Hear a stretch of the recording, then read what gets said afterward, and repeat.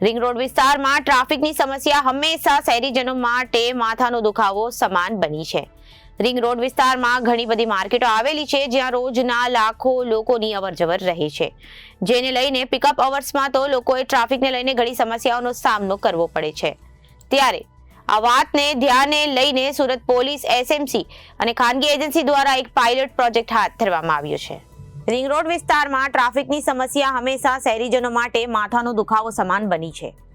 Ring road વિસ્તારમાં ઘણી બધી માર્કેટો આવેલી છે, જ્યાં રોજના લાખો લોકોની અવરજવર રહે છે, જેને લઈને પીક અવર્સમાં તો લોકોએ ટ્રાફિકને લઈને ઘણી સમસ્યાઓનો સામનો કરવો પડે છે। ત્યારે આ વાતને ધ્યાને લઈને સુરત પોલીસ અને એસએમસીની ખાનગી એજન્સી દ્વારા એક પાયલોટ પ્રોજેક્ટ હાથ ધરવામાં આવ્યો હતો, જેમાં આ કઈ રીતે ટ્રાફિકની સમસ્યા ઓછામાં ઓછી થઈ શકે તે માટે વિચારણા કરવામાં આવી હતી।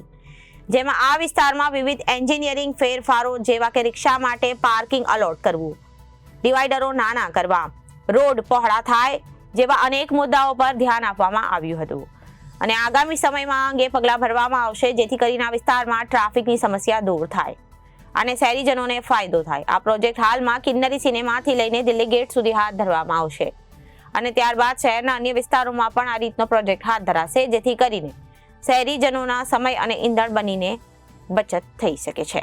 બંનેની બચત થાય તેવો નિર્ણય કરવામાં આવ્યો હતો।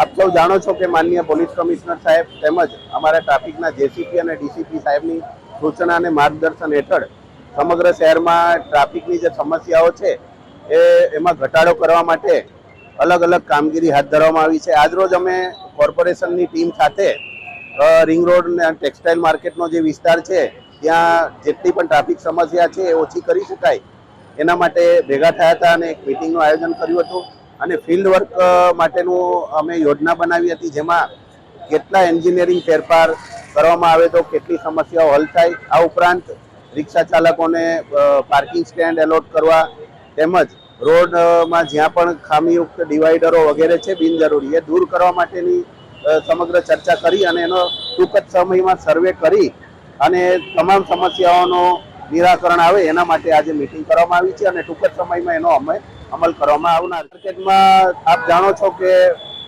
ઘણા લોકો બહારથી ખરીદી કરવામાં આવે છે, ઘણા માલ સામાન હેરફેર કરવા માટેના ટેમ્પાઓ આવતા હોય છે, હજારોની સંખ્યામાં હોય છે।